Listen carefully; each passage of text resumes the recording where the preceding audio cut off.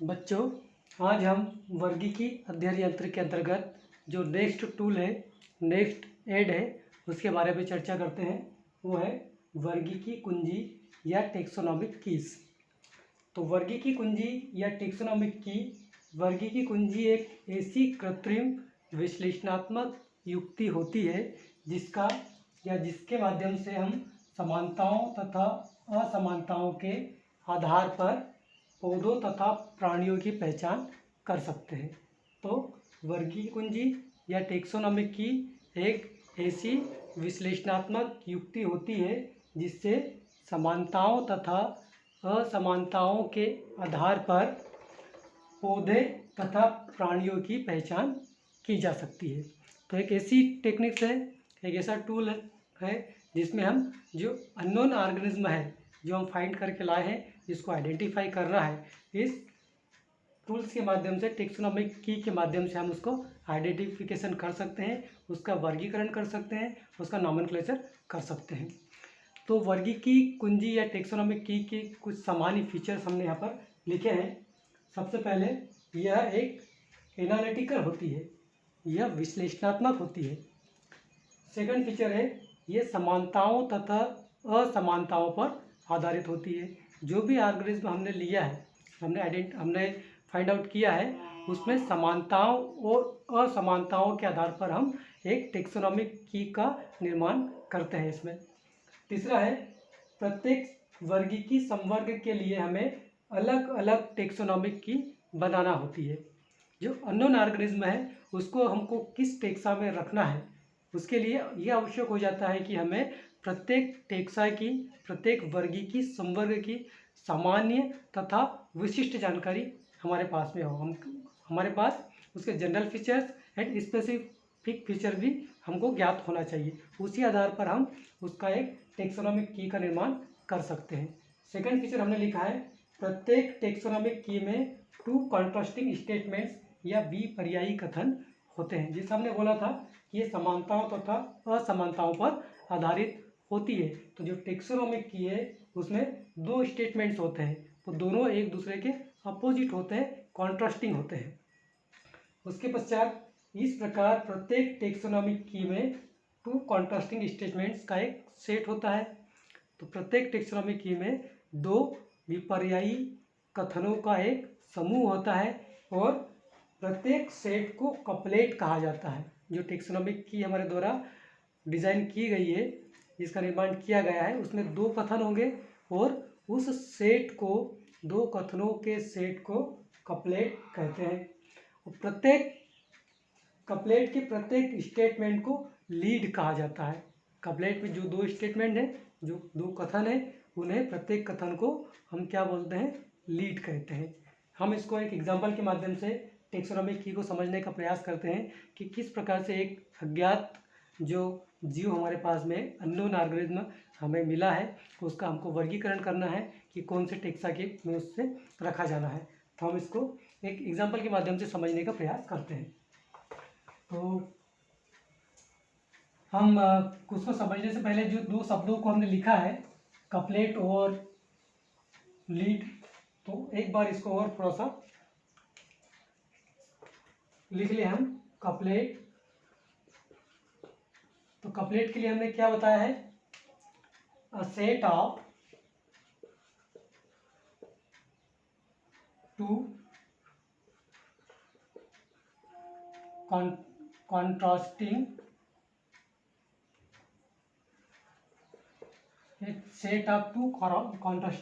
statements,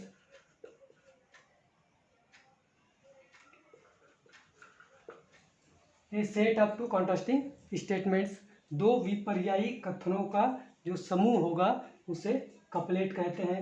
second हमने शब्द लिया था लीड, सेकंड शब्द लिया हमने लीड। तो जो कपलेट है उसके प्रत्येक स्टेटमेंट को लीड कहा जाता है। हम लिखे each statement known as lead. कौन सा स्टेटमेंट, जो कपलेट का है। कपलेट के जो दोनों स्टेटमेंट है तो प्रत्येक स्टेटमेंट क्या कहलाता है, लीड कहलाता है। अब यहाँ पर हम एक एग्जांपल लेते हैं और उस एग्जांपल के माध्यम से टेक्सोनॉमी की को समझने का प्रयास करते हैं। सपोज दैट आपके पास में कोई अननोन ऑर्गेनिज्म है,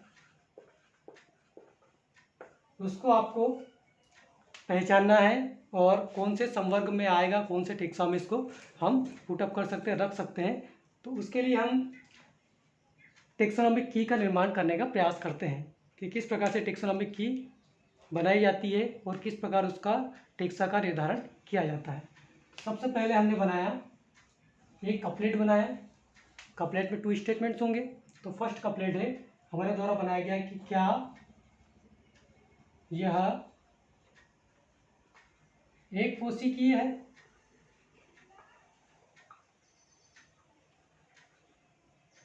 पहला स्टेटमेंट हमने क्या बनाया, क्या यह एक कोशिकीय है, क्या यह यूनिसेल्युलर है।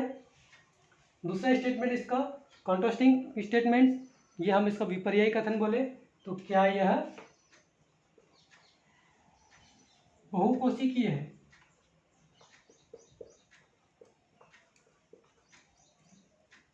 क्या यह बहुकोशिकीय है।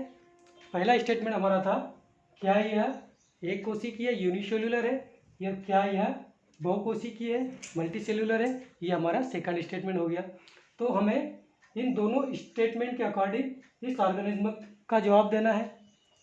हमने ऑर्गेनिज्म का अध्ययन किया और देखा कि क्या यह एक कोशिकीय है। यदि हमारा ये स्टेटमेंट हाँ होता है, यदि हम इससे सहमत हैं, जो ऑर्गेनिज्म है वो एक कोशिकीय है, इस वाले स्टेटमेंट से यदि हम सहमत हैं तो हमें यहाँ लिखेंगे गो टू सेकंड कपलेट। आप दूसरे कपलेट पर जाइए।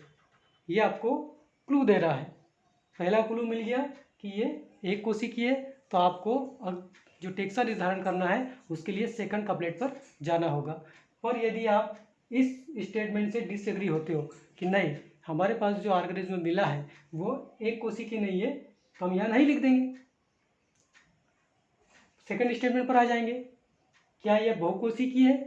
तो यदि हमारा आंसर यहाँ पर हाँ होता है, ये हाँ किस कंडीशन में होगा, जब फर्स्ट वाला डिसएग्री हो। यहाँ जब नहीं होगा तब यहाँ पर हाँ होगा, क्योंकि ये दोनों एक दूसरे कैसे हैं, कॉन्ट्रास्टिंग है। तो यदि यहाँ पर हाँ लिख रहे हैं तो यहाँ पर क्या होगा, नहीं आएगा।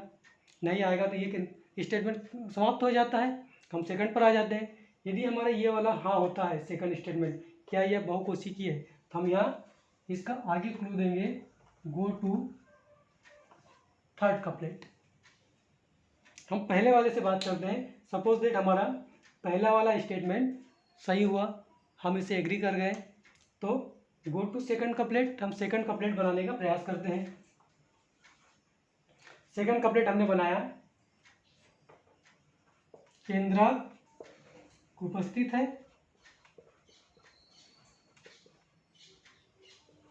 क्या केंद्रक उपस्थित है।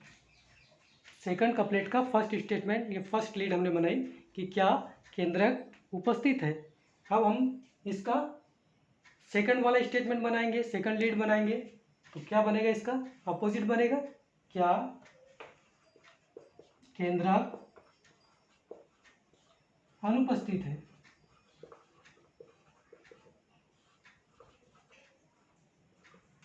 तो हमारा पहला वाला यदि इस फर्स्ट कपलेट का फर्स्ट स्टेटमेंट से यदि हम सहमत होते हैं तो हमने बोला था कि गो टू कहाँ पर, सेकंड कपलेट पे। सेकंड कपलेट पे गए। सेकंड कपलेट का यदि हमारा फर्स्ट स्टेटमेंट जो है कि क्या केंद्रक उपस्थित है, यदि हम इससे सहमत होते हैं, इससे यदि हम हाँ लिख देते हैं, यस लिख देते हैं, तो ऐसे ऑर्गेनिज्म जो एक कोशिकीय है और जिनमें केंद्रक पाया जाता है, तो उन्हें जो रखा गया है वो प्रोटिस्टा समूह में रखा गया है।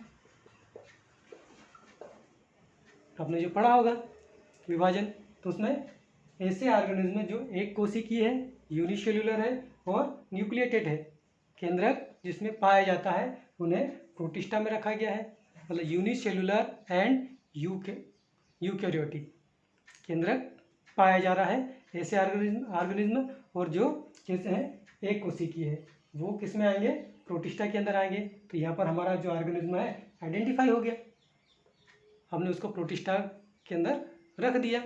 लेकिन सपोज देख हमारे ये वाला कैंसिल हो गया, हम इस स्टेटमेंट पर आए थे। जस्ट मिनट, इसको और कंप्लीट कर ले पहले। यदि हमारा सेकंड स्टेटमेंट ये यदि नहीं होता है, ये यदि सेकंड कपलेट का सेकंड स्टेटमेंट यदि नहीं होता है या हम इससे डिसएग्री करते हैं तो सेकंड वाले पर आएंगे, क्या केंद्रक अनुपस्थित है। यदि हम इससे हाँ करें, इससे हाँ कब करेंगे, जब इससे हम डिसएग्री करेंगे। सेकंड कपलेट के फर्स्ट स्टेटमेंट से यदि हम डिसएग्री होते हैं, असहमत होते हैं, तो हमको सेकंड वाला जो स्टेटमेंट है इससे हमको सहमत होना होगा। यदि हम इससे सहमत होते हैं कि वो एक कोशिकीय है और एक कोशिकीय साथ में कैसा है, केंद्रक उसमें अनुपस्थित है। एक कोशिकीय है और केंद्रक अनुपस्थित है, तो ये जो आएगा वो मोनेरा के अंदर आएगा। ये ऑर्गेनिज्म किस में आएगा, मोनेरा में आएगा। कब, जब ये स्टेटमेंट एक्सेप्ट होता है, ये स्टेटमेंट रिजेक्ट होता है, तब ये वाला जो स्टेटमेंट है ये इससे हम सहमत होंगे और उस ऑर्गेनिज्म को मोनेरा टेक्सा के अंदर हम रखेंगे। सपोज दैट हमने इस वाले स्टेटमेंट से हम एग्री नहीं हुए कि जो ऑर्गेनिज्म है वो एक कोशिकीय नहीं है। हमारे पास सेकंड स्टेटमेंट आया था कि क्या यह जो ऑर्गेनिज्म है बहुकोशिकीय है। इससे यदि हम सहमत हो गए, मतलब इससे यदि हम सहमत हो रहे तो हमने क्या बोला, go to couplet number third. तो हम थर्ड वाले कपलेट का निर्माण करते हैं ताकि इस ऑर्गेनिज्म की पहचान हो सके। तो हम थर्ड कपलेट बनाते हैं, क्या यह स्वपोषी है, क्या यह स्वपोषी है। इसका अपोजिट क्या आएगा, जो स्टेटमेंट है, क्या यह विषमपोषी है।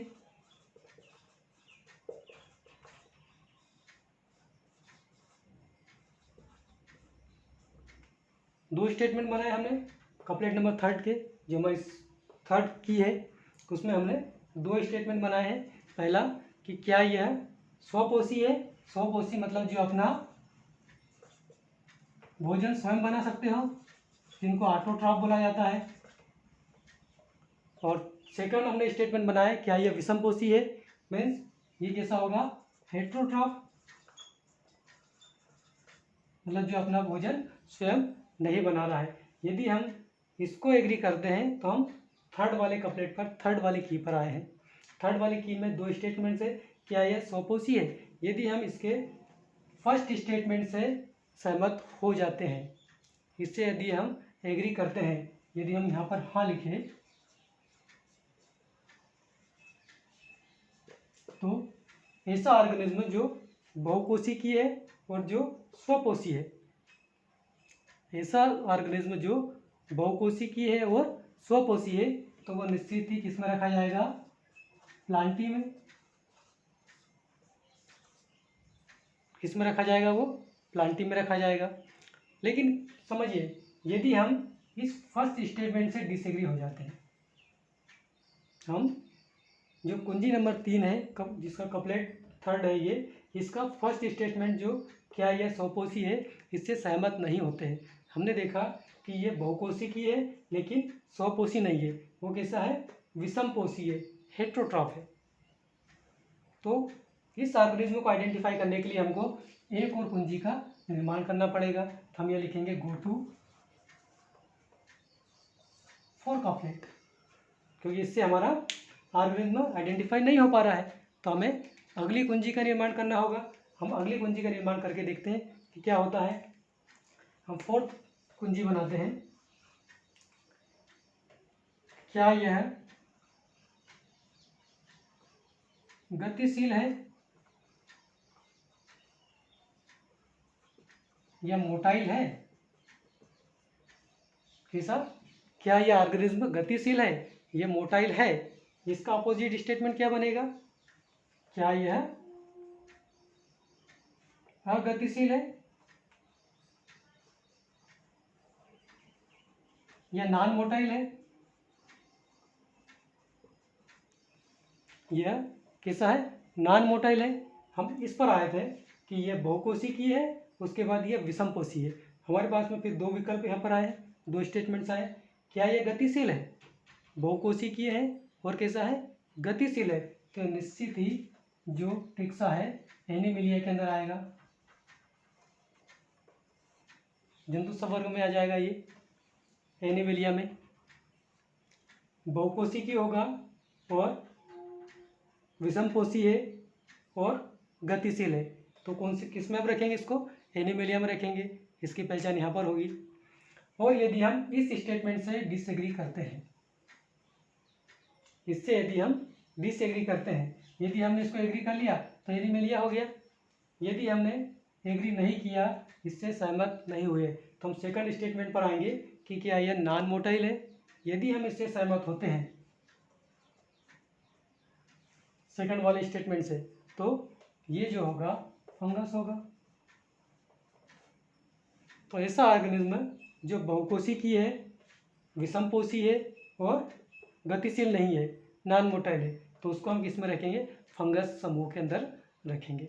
तो इस प्रकार से हम अननोन ऑर्गेनिज्म का आइडेंटिफिकेशन करेंगे और वर्गीकरण करेंगे कि उसे वर्गीकीय संवर्ग में किस स्थान पर रखा जाना है। इसका और भी आगे जैसा एनीमिलिया है या फंगस है, प्लांटी है या प्रोटिस्टा, मोनेरा, जिसके अंदर कौन सा जीव है, कौन से टेक्सा तक हमको उसको आइडेंटिफाई करना है, उसके लिए हमको अलग अलग की का निर्माण करना होगा। इस प्रकार से हम की का निर्माण करते हुए एक सीरीज या क्रम के अनुसार जाएंगे तो हम उस पर्टिकुलर ऑर्गेनिज्म को आइडेंटिफाई कर पाएंगे। उसका जीनस लेवल तक, उसका हम स्पीशीज लेवल तक उसको आइडेंटिफाई कर लेंगे इसको। तो उम्मीद है कि आपको ये वर्गीकी कुंजी या टेक्सोनॉमिक की के बारे में समझ में आया होगा। इसको समझने के लिए आप कुछ एग्जांपल और ले लीजिए जो आप स्वयं हल करने का प्रयास कीजिएगा। यदि हम यह लिखें कि हम एक चमगादड़ या बेट पक्षी, चमगादड़ पक्षी, हम दे दें यहाँ पर बिल्ली, ऐसे कुछ ऑर्गेनिज्म हमने दे दिए हैं। हम अभी पहचान रहे हैं कि ये चमगादड़ है, पक्षी है, बिल्ली है, लेकिन सोचिए कि आप इसके लिए आपके लिए ये अननोन है, आप इनको नहीं पहचानते हो, तो आप इनके लिए एक टेक्सोनॉमिक की को डिज़ाइन कीजिए और प्रयास कीजिए, तो आपको ये पूरा का पूरा जो कॉन्सेप्ट है वो समझ में आ जाएगा।